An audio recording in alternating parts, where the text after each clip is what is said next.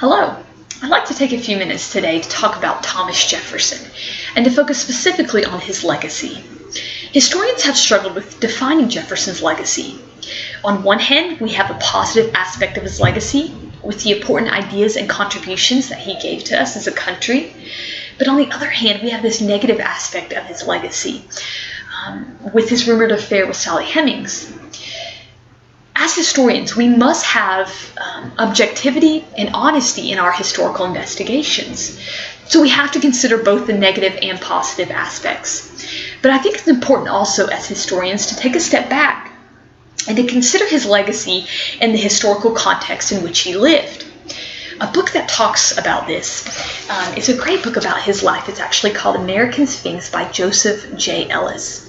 And the book talks about his life, but at the end it really analyzes his legacy. And how do we define his legacy? A quote that I think kind of sums this up. Ellis says, "All efforts to wrench Jefferson out of his own time and place are futile and misguided ventures that invariably compromise the integrity of the historical context that made him what he was." I believe what he's saying is to take Jefferson's legacy and to insert it in our own culture, our own time, our own America. It won't add up. It's not an even playing ground. We have to consider his legacy in his own time period because that's what made him great. His ideas, his thoughts, they were critical to the time in which he lived. An article that talks about, it's actually entitled Thomas Jefferson, an Image, Icon, Character, and Self.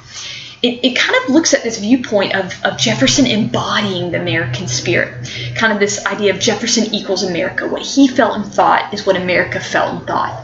The article seemed to disagree somewhat with that idea.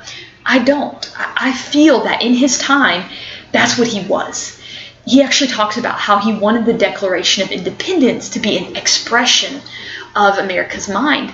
And I think in his time, he did embody those ideas and beliefs.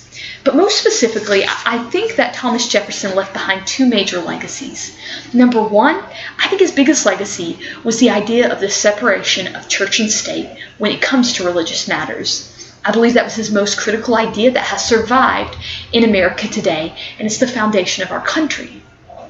But number two, I also believe he left behind a legacy to America of the acceptance of radical and liberal ideas. Ironically, I believe it's actually that legacy that is the reason that we see a lot of Jefferson's beliefs and ideas about politics and government not necessarily existent in America today. America is not mainly an agrarian society. States' rights and states' power is not necessarily over federal government's power. And the reason that we've kind of seen a shift away from Jefferson's thinking during his time is because I believe America has progressed and has accepted radical and liberal ideas.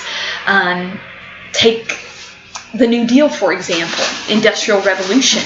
Each of these movements were radical and liberal in thought, but I believe Jefferson showed us that that's good for America to accept those ideas because his own ideas were radical and liberal in their time. An article that talks about Thomas Jefferson's view towards slavery on the Monticello website discusses how he was opposed to slavery. Not the complete abolition of it, but he was opposed to it, and that was radical.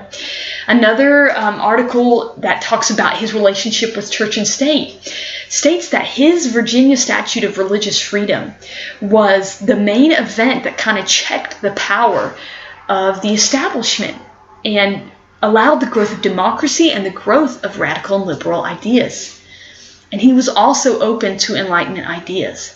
So I believe that he kind of taught America that the acceptance of radical ideas, maybe going against the establishment, is okay and is good. And that's helped America progress today.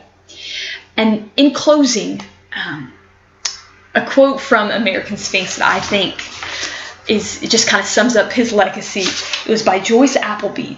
And she says, "The true Jefferson legacy is to be hostile to legacies." I think that kind of sums it up right there. It's hard to define his legacy, but I think that point in itself is kind of what creates his legacy. Thank you.